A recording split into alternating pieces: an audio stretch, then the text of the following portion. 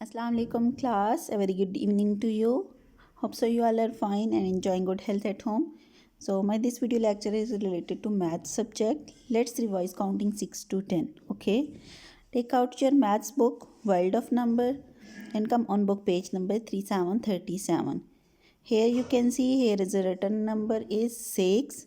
This number is 6 and count the gods 1 2 3 4 5 6. You have already write it on your books. Just next number is number 7.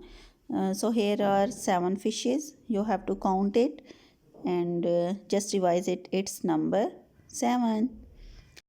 Let's see the next number. Which one is this one? It's number 8. If we will join two circle, it will make like 8. This number 8. 8 ball is also here. Next number is number 9. First you have to make one and then half circle on the top of the line. It will make 9. Here is one more number and that one is 1010. Which number is this one? 1010. If a 0 will come with 1, then it's called 1010. And my dear student, you already write this number on your book pages. So just you have to write it on your notebook for your practice. One more page is here for you. That one is 4949. You have to count given fingers with each boxes and write the correct number in these boxes. Okay.